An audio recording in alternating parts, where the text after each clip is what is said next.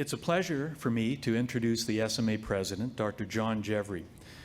Dr. Gjevre is a respirologist in Saskatoon and was elected SMA president in May of 2022.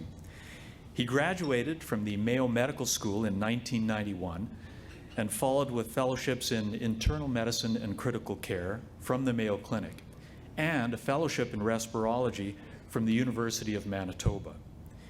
He joined the faculty at the University of Saskatchewan in 2002, where he's been active in collegial governance. He's been an RA delegate for several years and joined the SMA's board of directors in 2017. He's also been active in the Canadian Thoracic Society and is currently on the board of the Canadian Society for the History of Medicine. I am pleased to introduce SMA President, Dr. John Gjevre.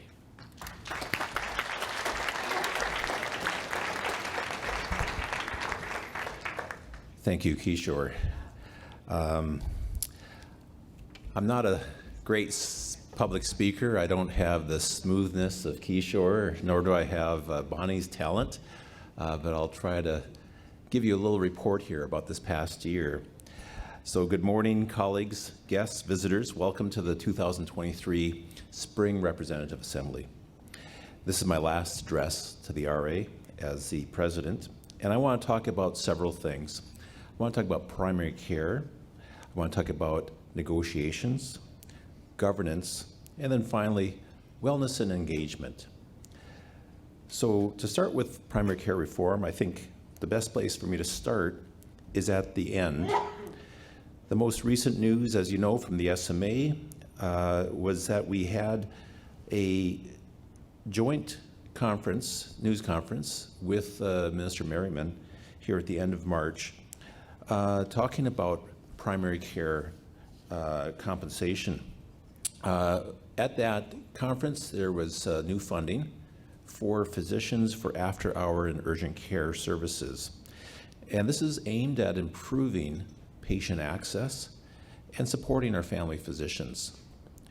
The agreement in principle will make supplemental payment available to community-based fee-for-service family doctors who are already providing or may be willing to provide after-hours care. In addition, there's an additional incentive available for urgent care clinics. As I wrote in my latest President's letter, we do not view this as the complete remedy to all that is ailing family medicine. However, it is a very positive first step. We have been advocating for a proposal with the government for a new made in Saskatchewan version of BC's blended capitation longitudinal care model. We think this will make Saskatchewan an attractive place to practice family medicine. And we hope to hear positive news on this front very soon. Without major changes in how we are organizing and delivering primary care, this province does run the very real risk that family physicians will retire or perhaps move elsewhere. The current model of fee-for-service does work for many of our members, but it doesn't for everybody. And it's a model based in the 1960s. And it's time we update things and get into the 21st century. Primary care is the bedrock and the foundation of our healthcare system. We all need and want a strong family medicine approach. We recognize the urgency of this issue, and we've been making it clear to the ministry and the government that we do need an interim payment model in place soon to help stabilize our family physicians. I'll change topics here to negotiations. We are, again, in important negotiations around the new MCRC agreement. On your behalf, we are after a new agreement that better reflects the realities of practicing medicine today. You will receive an update about this work further tomorrow at the AGM. Governance.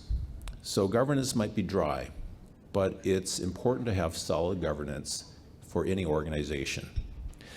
Governments does seem removed from the day-to-day concerns of many physicians, but our strength and effectiveness is, as an association, does rest upon having a healthy governance procedure and practice. In response to an external review of our governance, we are moving to modernize our processes and structures in order to have more transparency, communication, and provide more opportunities for members to be engaged.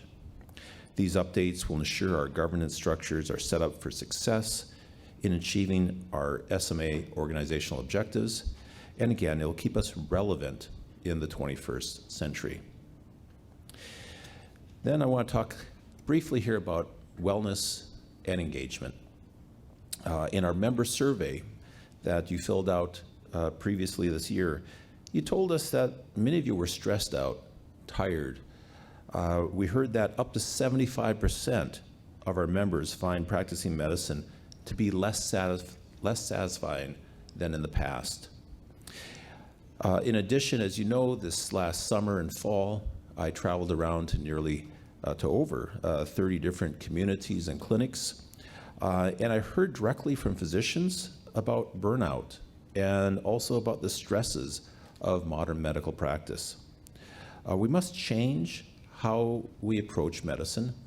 We must change the compensation models for some, and we need to rediscover the joy of medicine. As I mentioned earlier, I believe that a positive step to addressing some of the wellness issues may be moving away from a solo practice in the community to a team-based, physician-led process where we have the patient at the center and care is quarterbacked by the family physician.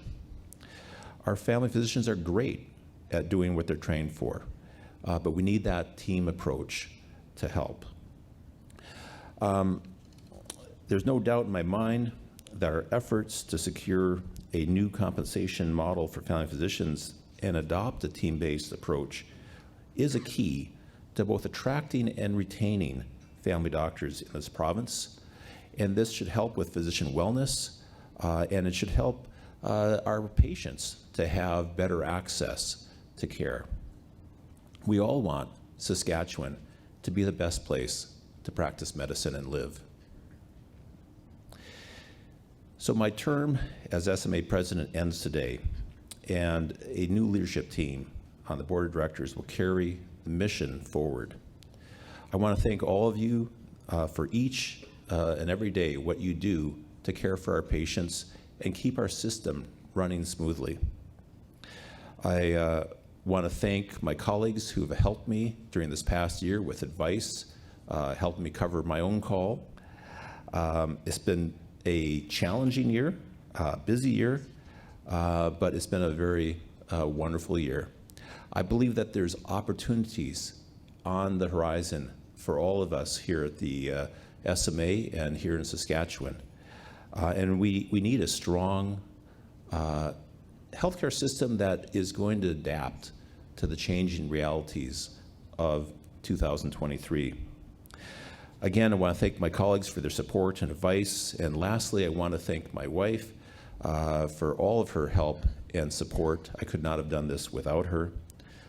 Thank you, everybody, and enjoy the ERA.